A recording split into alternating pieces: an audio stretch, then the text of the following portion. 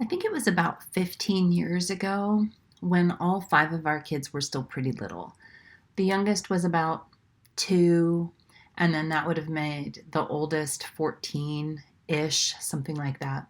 We have 5 boys, and they are squished between a 12-year age gap between the oldest and the youngest.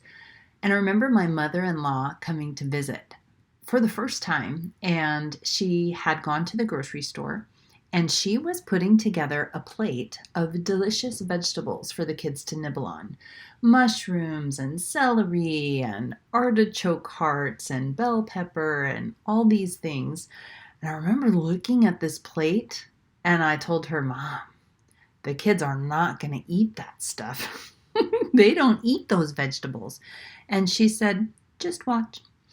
So she created this plate, beautifully arrayed, and she set it on the table within reach of the boys.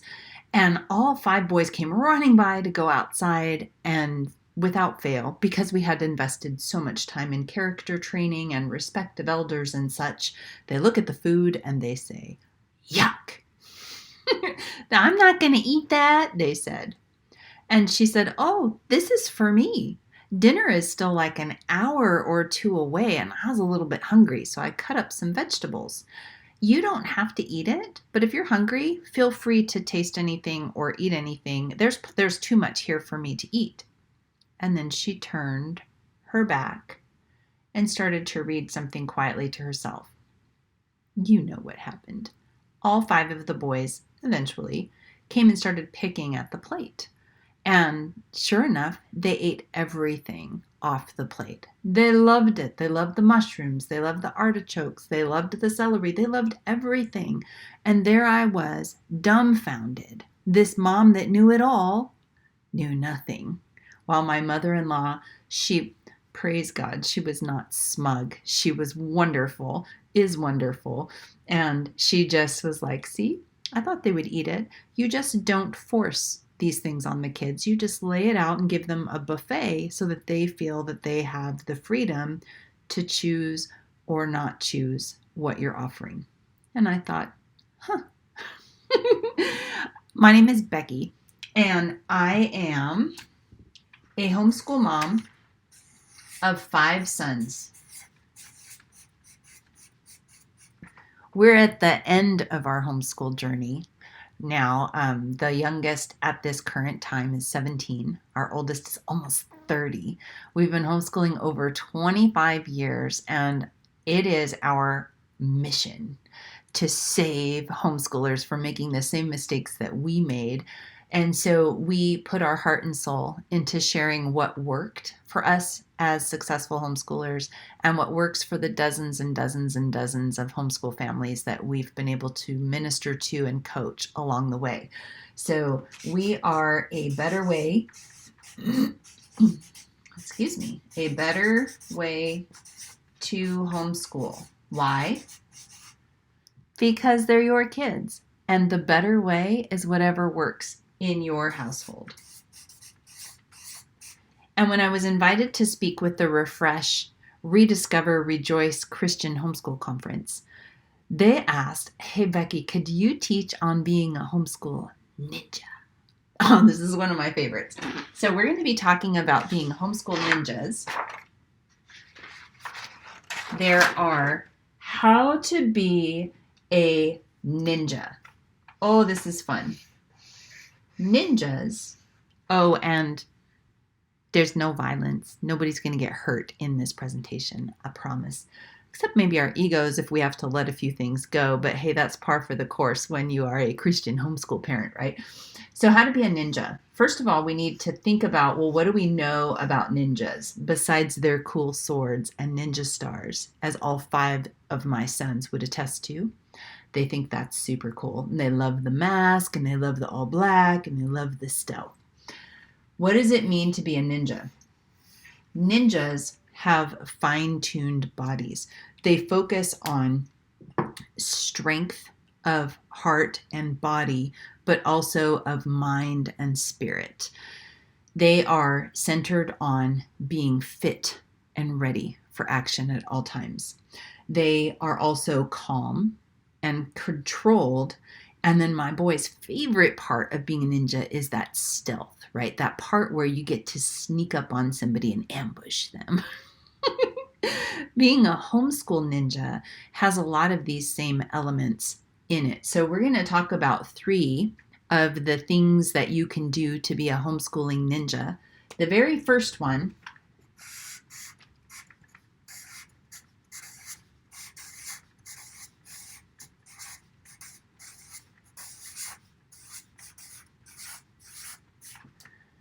life first, life before school.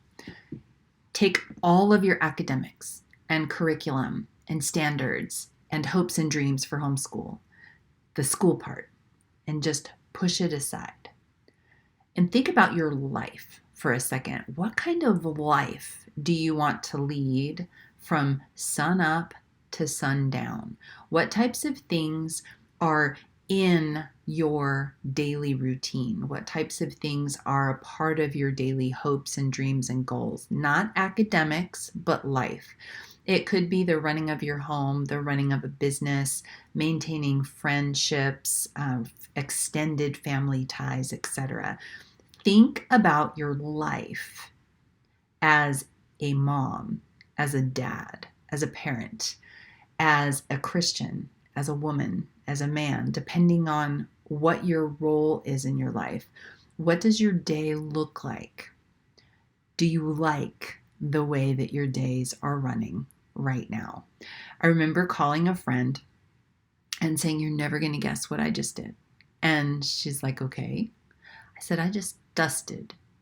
And she kind of laughed at me. She's like, "Becky, that's not something to be proud of." I go, "No, if it wasn't for your help, do you realize that before you came and helped me, that in order for me to dust my house, I would have to clean and declutter for days before I could get to the dusting.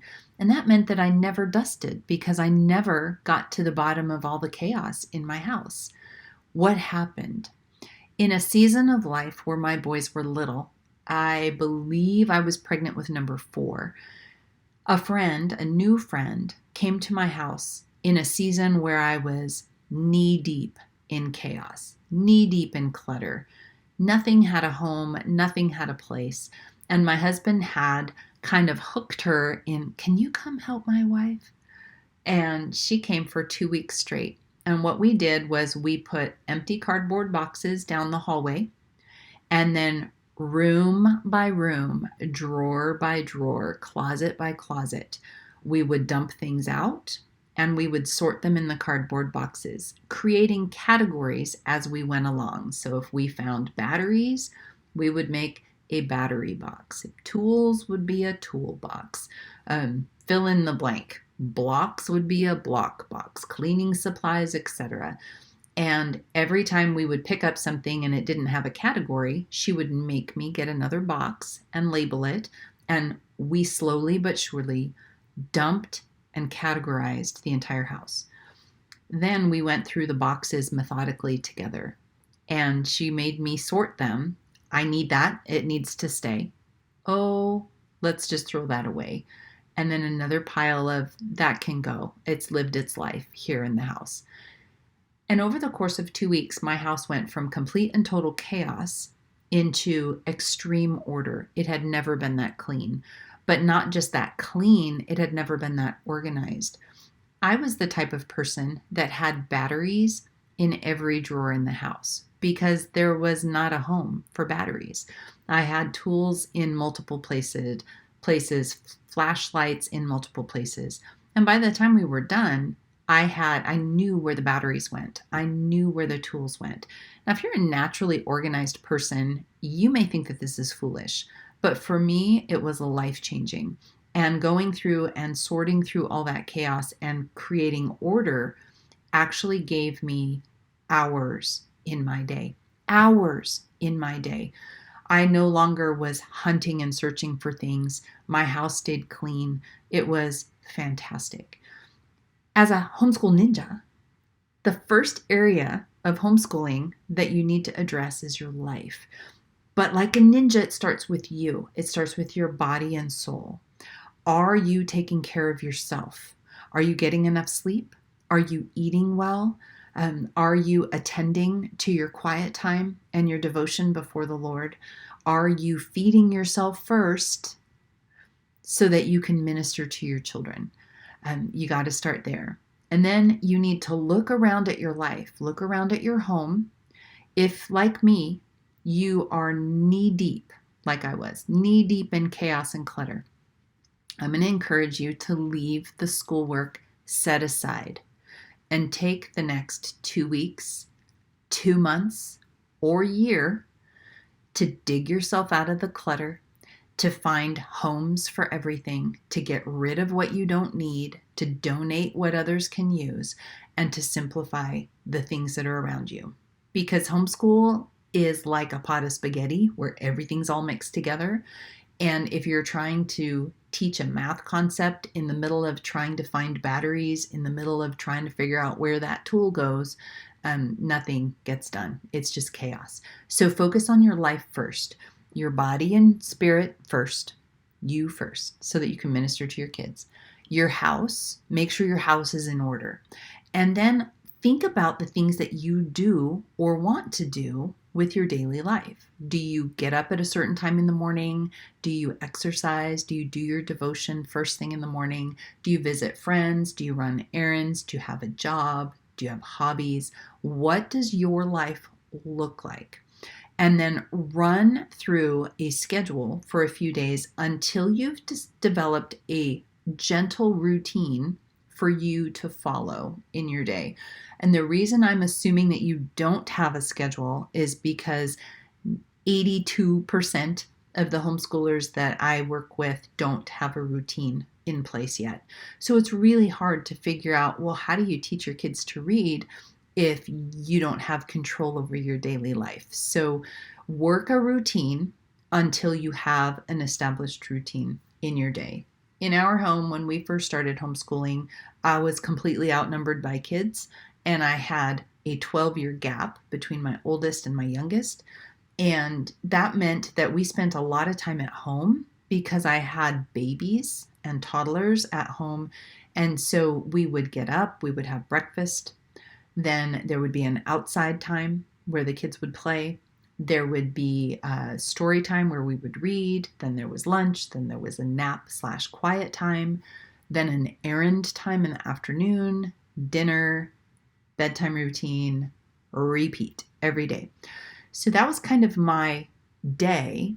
And then once I had that established, I looked at the pockets of time, and then we did school type stuff around there. And we'll talk about that a little bit before this video is over. But to be a homeschool ninja, you have to take care of yourself and you have to take care of your home. That's number one. The next thing, this is my favorite, because this is where you see God's love for homeschool. And that is to embrace, can you guess what verse? You're going to embrace Deuteronomy 6, verses 7 through 9. And I'll let you look them up in your own Bible version.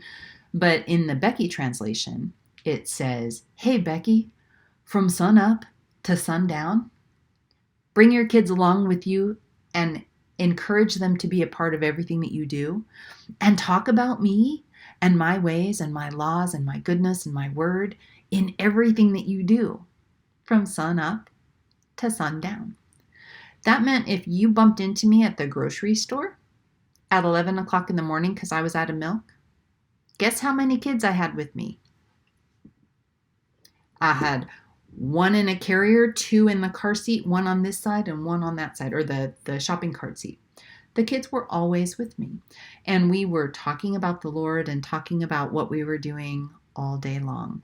Lean into and embrace Deuteronomy 6, 7 through 9. God knows what he's talking about. You have to remember that school is a game.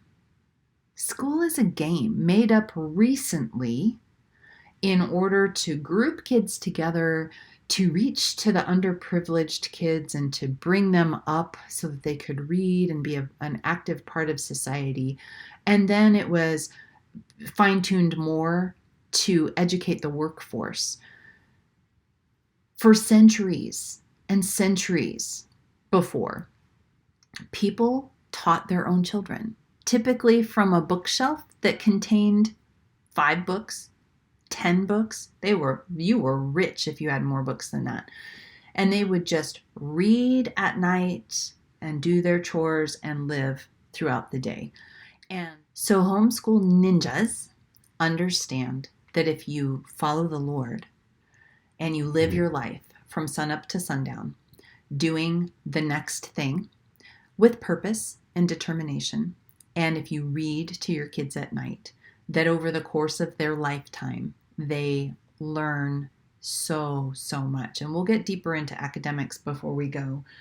The last thing in being a homeschool ninja, so you put your life before school, you follow the Lord's plan, just bringing your kids along and teaching them in the way they go. This last one, you're going to go, what? This last one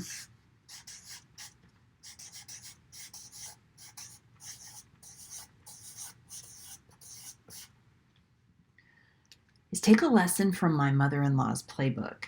And that's to create buffets of experiences and learning opportunities for your kids to kind of dabble at and peek at. And then you appear to be unimpressed with what's there at the buffet, so that you can observe your kids and see what it is that they're really interested in. All 5 of our boys grew up in the same home with the same mom and dad, with the same kind of homeschooling, and they all turned out extremely different. We have a historian, a screenwriter, a musician, a mathematician/scientist, and our youngest is still he's undecided, but he is an extremely talented artist, and if you watch, will likely be in the Olympics doing rowing in the next 4 to 8 years. He is determined to get on the U.S. Olympic team. Now, they had the same opportunities, the same buffet, the same types of things put in front of them. But then we kind of let them approach them at their own speed. And over time, their talents and passions rose to the top, and then we fed into those things. So the art of being a homeschool ninja means you put your life first before school. Take the school word out, actually. Just weave learning and experiences into life, just the way that the Lord tells you to. And then be unimpressed with the magical buffets that you put in front of your children. And then watch where the light bulbs come on. So what about the academics? You have to remember that school, and I've already said this, school is just a game. Curriculum is put together by people that are trying to make a buck. And there's nothing wrong with that. There's nothing wrong with being in business. There's nothing wrong with selling books and workbooks and tests and science kits and all those things. My husband and I actually have full homeschool coaching. We have homeschool resources. We have all of these things available for homeschool. So we have all of these resources that are available for sale or for hire. And yet you got to remember that none of that stuff is what makes or breaks the education of your kids. And so I want you to remember that school is a game.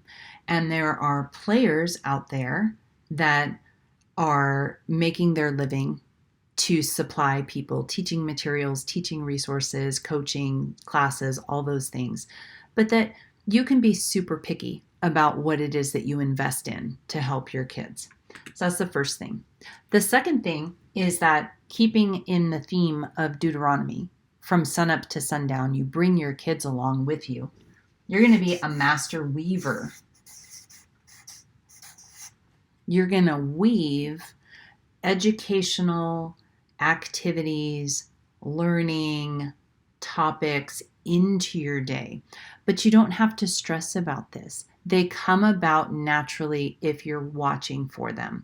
So if you're outside and suddenly a swarm of butterflies goes by and your kids are delighting in the fact that they see these butterflies.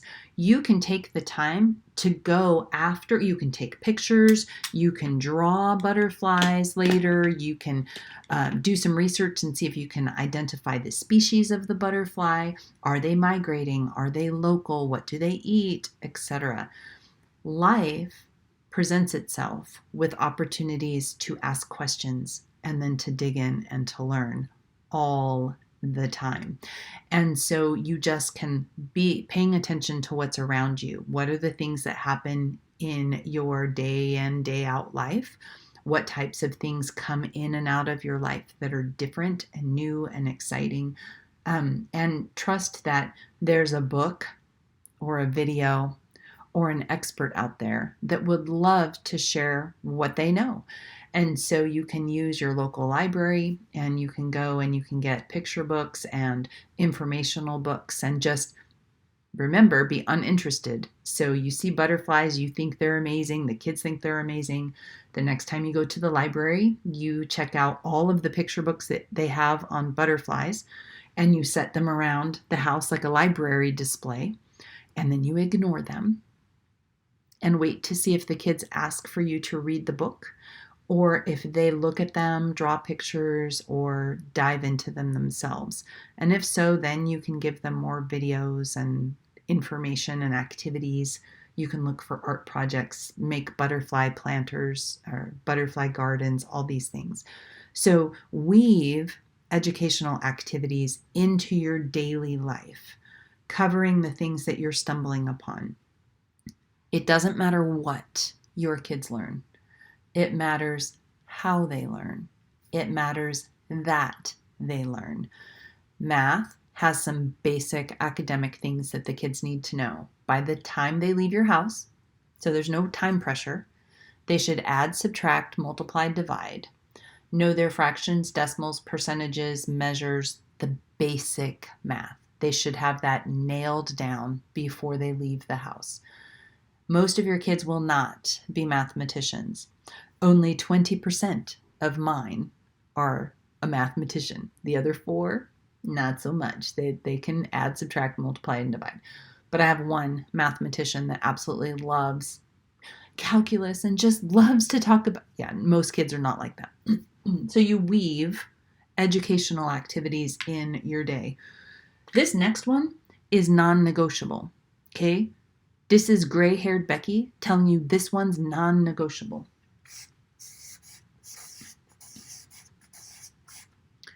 Read to and with your kids every day. Period. Until they leave home. Until they won't let you read to them anymore. In my house, you have to move out before I stop reading to you. Sorry. Why? Because language is like osmosis. Like it seeps into your body. But don't require a lot of activity with the books. Go on a journey with me. You just read a 500-page book that captivated you on page 1 and kept you reading and reading and reading, so much so that you stayed up all night to finish it because you couldn't wait to see how the story unfolded. Are you with me? Has that ever happened to you? So imagine you close the book and your 8-year-old comes to you and says, "Mommy, what did you do?" Or Daddy, depending on who's watching the video.